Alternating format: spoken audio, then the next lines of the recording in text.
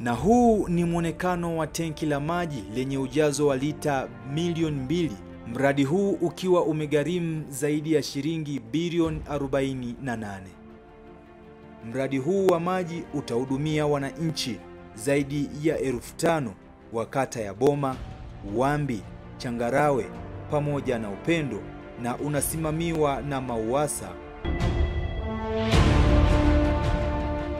Kwa kutambua mchango wa mradi wa umwagiliaji katika kuchangia na kukuza pato la taifa, ujenzi wa mradi wa umwagiliaji kata ya Sauhiri umegharimu zaidi ya shilingi milioni 520 na utanufaisha kaya 46 ambapo sawa na watu 131.